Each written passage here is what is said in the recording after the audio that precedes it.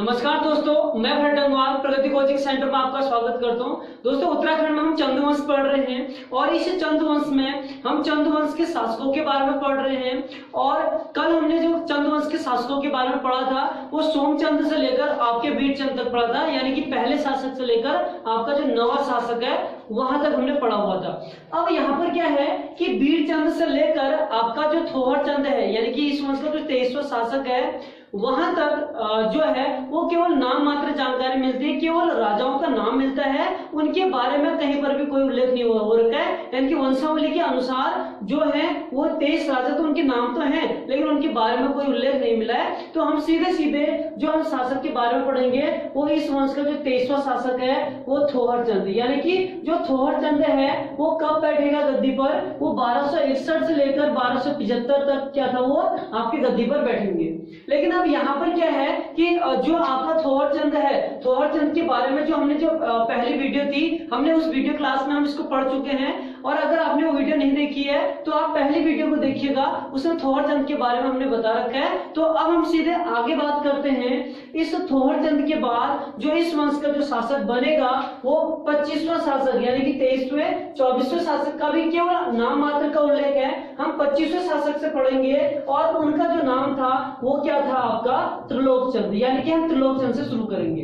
अब जो त्रिलोकचंद है, त्रिलोकचंद का जो टाइम पीरियड है वो 1296 से लेकर वो 1303 तक है, वो आपके शासक बनते हैं। और इनके समय की जो सबसे महत्वपूर्ण घटना है, इन्होंने क्या किया था, इन्होंने जो भीमताल है उस भीमताल में क्या बनाया था, उस भीमताल में एक किले का निर्माण करवाया था।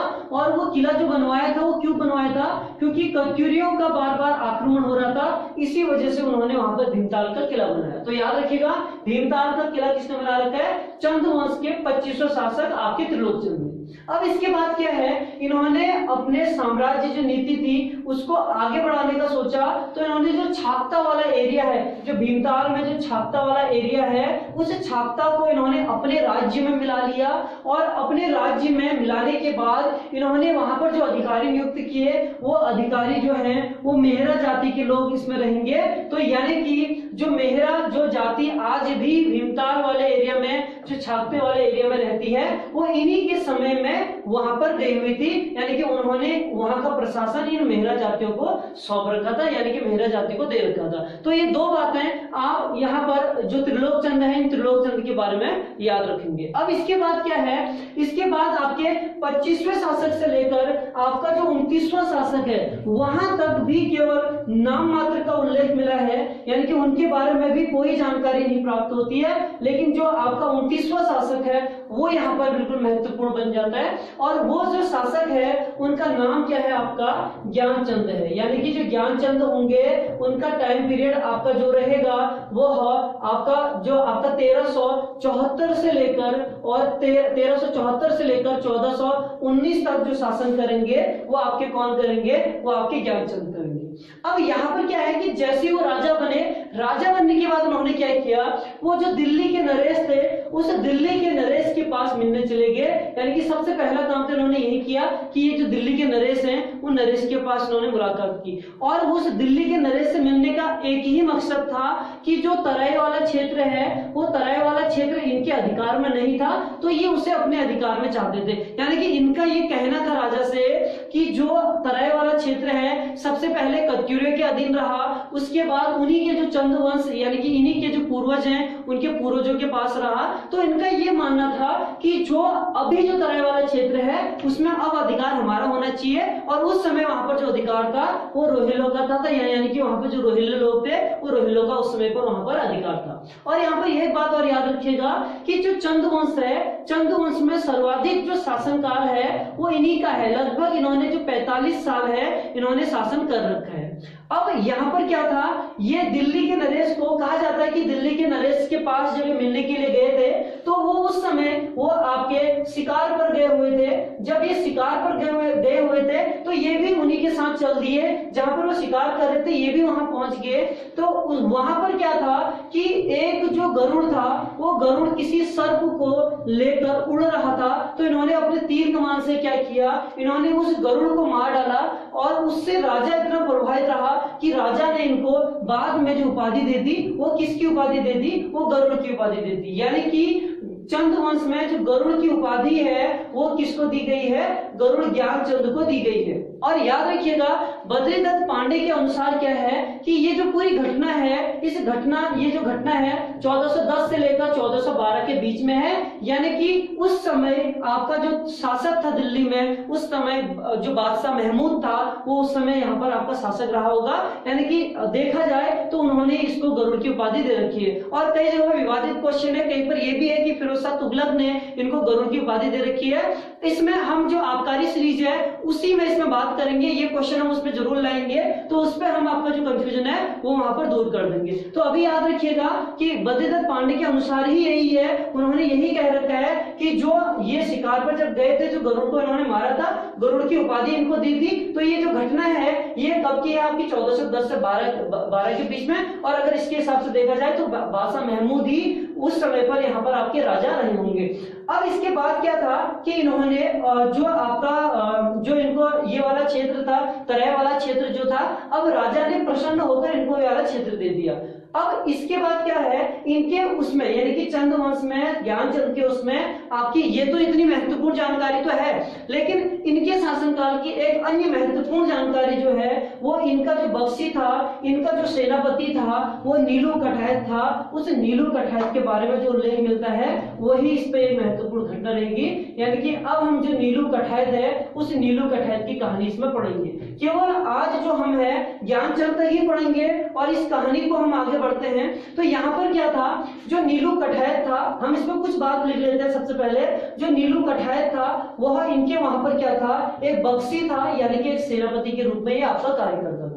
अब यहाँ पर इनके गांव का नाम जो आपका रहेगा वो कपरौली था, यानी कि नीलू कठायत के गांव का नाम क्या रहेगा, आपका कपरौली रहेगा। और इनकी जो पत्नी थी, इनकी पत्नी कहाँ की थी, ये आपका जो सिरमौर पड़ता है आपका सिरमौर के जो महर जाति थी, महर राजा था, उस सिरमौर के महर की क्या थी, ये आपकी पुत्री थी। अब इसके बाद क्या है कि इनके जो पुत्र हैं, इनके पुत्र का नाम जो आपको मिलता है वो एक तो सुज्जू मिलता है और एक यहाँ पर जो नाम मिलता है वो बीरू हो गया। तो इसको भी आप याद रखेंगे। और जो कहानी जिससे बनती है वो कहानी है आपके जस्सा कमलेखी और कमलेखी का जो गांव पड़ेगा वो आपके कमलेख में ही पड़ेगा। और कमलेख जो गांव है आज भी वहां पर जहां पर जस्सा का जो महल था, किला था, उस किले के खंडहर आज भी यहाँ पर आपको प्राप्त होते हैं। अब हम कहानी शुरू करते हैं। तो सबसे पहले यहाँ पर यह था कि जो नीलू कठायत था, नीलू कठायत आपके ज्ञानचंद के उसमें एक सेनापति के रूप में कार्य कर रहा था और एक वह बहादुर सेनापति था। तो उसमें क्या हुआ कि इसी दौरान आपका जो नीलू कठायत को ज्ञानचंद ने ये आज्ञा दी कि आप क्या करिए, आप जो तराई वाला क्षेत्र है जहां पर जो आपके मुसलमान लोग हैं उनको आपको यहां से हटाना है और वहां पर आपको क्या करनी है, वहां पर भी आपको जो कुमाऊं में जो चंद्रवंश है उनका साम्राज्य वहां तक फैलाना है। तो यहाँ पर क्या था, जैसे ही यहाँ पर ज्ञानचंद ने तराई वाले क्षेत्र को जीतने के लिए आपके नीलू कठायत को आज्ञा दी। तो नीलू कठायत सेना लेकर आपके कहां पहुंच गया, तराई वाले क्षेत्र में, और उसने वहां से जितने भी जो भी वहां पर रह रहे थे, जो भी मुसलमान थे, उनको वहां से उन्होंने भगा दिया, यानी कि उनको पराजित कर दिया और यहाँ पर कुमाऊं का अधिकार हो गया इस तराई वाले क्षेत्र में। अब इसके बाद क्या था कि ये घटना हो सकती है कि जो आपके मोहम्मद बादशाह जो था, यानी कि महमूद जो बादशाह था, उसके बाद की कहानी भी हो सकती है। तो कई जगहों पर ये कहानी आपको मिलती है। इसके बाद क्या था कि तराई वाले क्षेत्र पर जैसे ही आपके कुमाऊं का अधिकार हुआ तो ये खबर आपका नीलू कठायत दरबार में गया और किसको दे दी, ज्ञानचंद को यह खबर सुनाई कि वो यहाँ पर जीत गए हैं। तो वो इससे प्रसन्न होकर उन्होंने क्या किया, इससे प्रसन्न होकर उसको कुमैया खिल्लत बख्शी और इसके साथ में 3 गांव दिए और 12 जूला जमीन दी, 12 जूला जमीन देंगे। और इसी के साथ में इनको क्या था, इनको रौद भूमि भी दी, यानी कि जो रौद भूमि होती थी वो क्या होता था, अगर जो सैनिक होता था वो अगर युद्ध में अपनी वीरता दिखाता था तो उसे जो जमीन दी जाती थी उसको आपका रौद कहा जाता था। अब यहाँ पर क्या था, ये जो तीनों चीजें इसको ये प्राप्त हुई हैं, राजा ने फिर एक सनद निकलवाई और उस सनद को ग्वालियर के एक पत्थर में लिखवा दिया और उस पत्थर को आपका जो कपरौली गांव है, यानी कि जो नीलू कठैत का गांव कपरौली गांव है, उस कपरौली गांव में उसको रखवा दिया। तो यहां तक की कहानी यह है नीलू कठैत की कि वो राजा उससे बड़ा प्रसन्न था। लेकिन अब क्या था, इसी के दरबार में आपका एक बंदा और रहता था जिसका नाम था जस्सा कमलेखी। किसके दरबार में? ज्ञानचंद के दरबार में। ज्ञानचंद के दरबार में जस्सा कमलेखी था जो नीलू कठैत से अप्रसन्न रहता था, यानी कि उससे उसकी वीरता से जलता था। तो अब उसने क्या किया, इसको भड़काना शुरू कर दिया, किसको? ज्ञानचंद को भड़काना शुरू कर दिया कि जो नीलू कठैत के बारे में, यानी कि उसके कान भरने शुरू कर दिए उसने। यानी कि सबसे पहले उसको भड़काने से पहले उसने क्या किया, उसने राजा से मांग की कि जो नीलू कठैत है, नीलू कठैत तो बहुत बहादुर है और उसने हाल ही में जो तराई वाला क्षेत्र है उसको भी जीत रखा है, क्यों ना उसको जो आपका तराई वाला क्षेत्र है उस तराई का जो तराई क्षेत्र है उसका लाट बना दिया जाए, यानी कि उसका गवर्नर बना दिया जाए। ये आपका नीलू कठैत के यानी कि ज्ञानचंद से किसने कहा? जस्सा कमलेखी ने कहा। अब यानी कि जो जस्सा कमलेखी ने ये बात बोली तो थी, लेकिन ज्ञानचंद क्या था, उसको वहां का लाट नहीं बनाना चाहता था। और सबसे बड़ी बात ये थी, वहां का कोई भी मतलब कुमाऊं का कोई भी ऐसा व्यक्ति नहीं था जो आपके उस समय तराई वाले क्षेत्र में जाना चाहता होगा, क्योंकि उस समय वहां का वातावरण जो था वो अच्छा नहीं था, तो कोई भी वहां पर नहीं जाना चाहता था। ये तो जस्सा की चालाकी थी कि नीलू कठैत को ऐसी जगह में भेजा जाए जहां पर वो बड़ा परेशान रहे। तो ये तो उसकी एक चाल थी। तो राजा कभी नहीं चाहता था कि नीलू कठैत को वहां पर तराई वाला क्षेत्र में लाट बनाया जाए, उसको भेजा जाए। लेकिन आपका जो जस्सा कमलेखी था वो क्या था, वो बड़े ही कूटनीतिक वाला था। तो उसने राजा को मनवा लिया और राजा ने क्या किया, नीलू कठैत को आदेश दिया कि वो कहां पर चले जाए, आपका जो तराई वाला क्षेत्र है वहां चले जाए, यानी कि जो मडुआ की माल बोलते हैं, मडुआ की माल का जो लाट है उसको वहां का लाट बना जाए। ये सनद जो थी वो ज्ञानचंद ने क्या कर दिया, वो जारी कर दिया। अब इसके बाद क्या था कि जो आपका नीलू कठैत था वो बड़ा प्रसन्न हुआ कि राजा ने उसको उस वाले क्षेत्र में मतलब ऐसा वाला क्षेत्र दे दिया जहां पर कोई जाना ही पसंद नहीं करता है। तो वो क्या था, वो राजा की इस बात को मानने के लिए तैयार नहीं था। लेकिन यहाँ पर क्या था, जैसे अब उसको पता लगता है कि जो राजा ने उसको वहां भेज रखा है वो किसकी वजह से भेज रखा है, जस्सा कमलेखी की वजह से।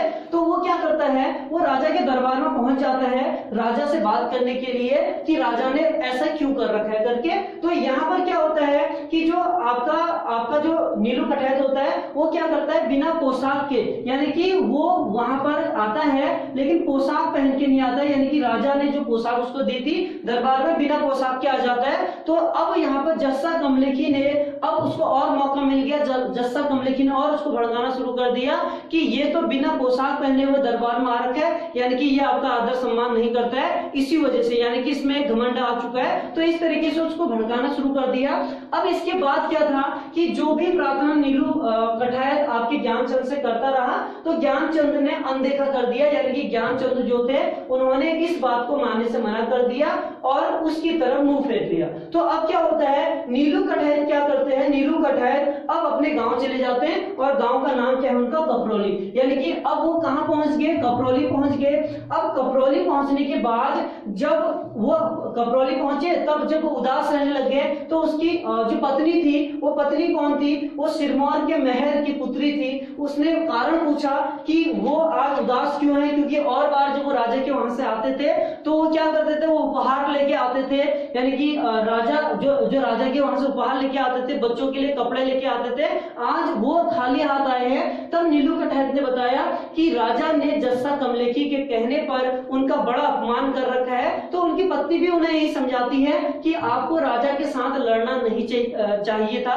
तो अब वो क्या कहती है कि उनके जो दो पुत्र हैं सुज्जू और जो बीरू हैं, अब वो राजा की खिदमत के लिए उन दोनों को भेजेंगी। अब जैसी वो बात नीलू कठायत से उनकी पत्नी ने कहा तो उन्होंने मना कर दिया। उन्होंने कहा आप किसी भी हाल में उनको वहां मत भेजिएगा, क्योंकि जो जस्सा कमलेखी है वो उनको मरवा डालेगा।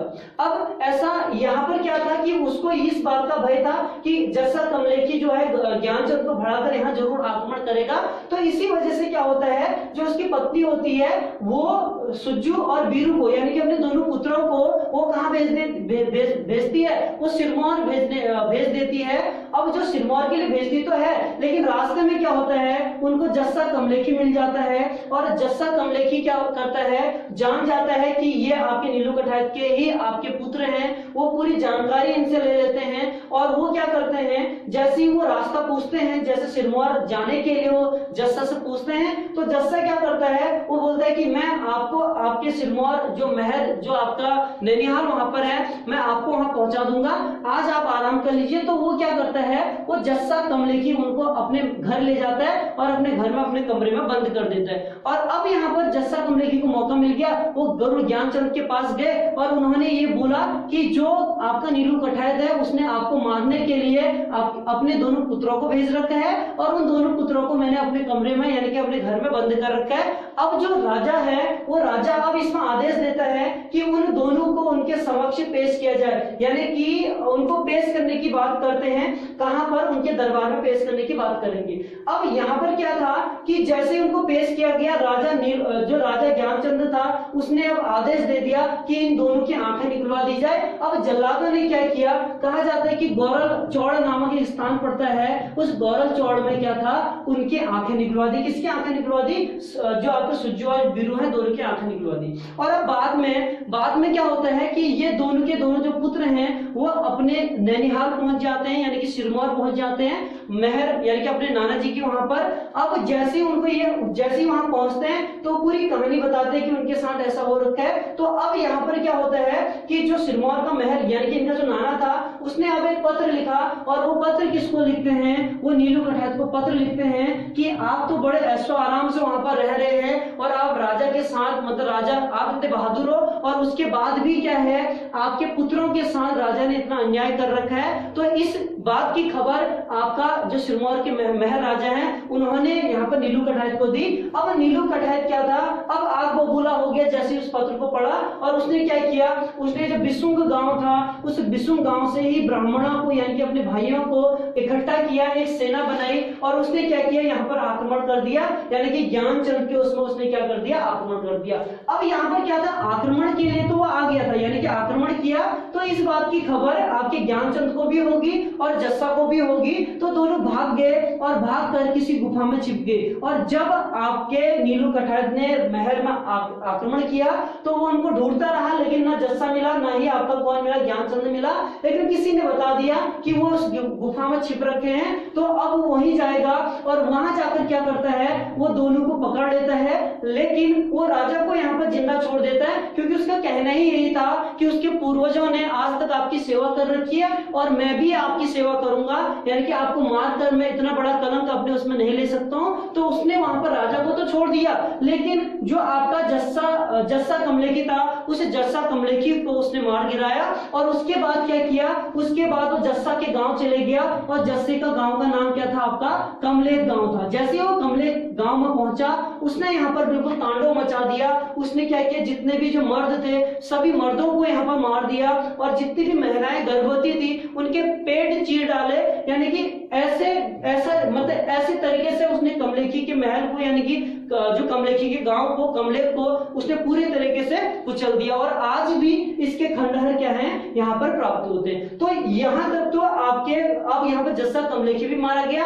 अब बाद में जो जहां गुफा से आपके ज्ञानचंद अपने महल में तो पहुंच गए थे, और अब बाद में नीलू कठायत और जो ज्ञानचंद है, ज्ञानचंद उसको बताते हैं कि जस्सा के कहने पर उन्होंने इतना कुछ कर रखा है, और वो बोलते हैं कि अब हम अपना जो पुराना व्यवहार है हम वैसे ही रहेंगे, और जो बख्शी वाला जो पद था वो फिर से नीलू कठैत को दे दिया गया। लेकिन फिर भी यहाँ पर क्या था, अब यहाँ पर एक बात हमेशा ये आती है कि यहाँ पर उसके दिल में, ज्ञानचंद के मन में हमेशा एक ही बात रहती थी, एक अपमान जैसा उसको लगता था कि किसी मंत्री ने मेरे को परास्त किया और आज मैं उसी के बदौलत यहाँ पर राज कर रहा हूँ, यानी कि वो अपने अपमान को भूल ही नहीं पा रहा था। उसने नीलू कठैत को मारने के लिए कई प्रयास किए, लेकिन वो अंत में अपने प्रयास में क्या था, पहले तो सफल नहीं हो पाया, बाद में उसने क्या किया, उसने नीलू कठैत को मार डाला। और कहा जाता है कि अपने 35 वर्ष के जो भी उसने शासनकाल किया उसमें सबसे बड़ा जो अपकीर्ति वाला जो कार्य होता है वो आपके ज्ञानचंद ने कर दिया, नीलू कठैत को मारकर, यानी कि नीलू कठैत को उसने मार दिया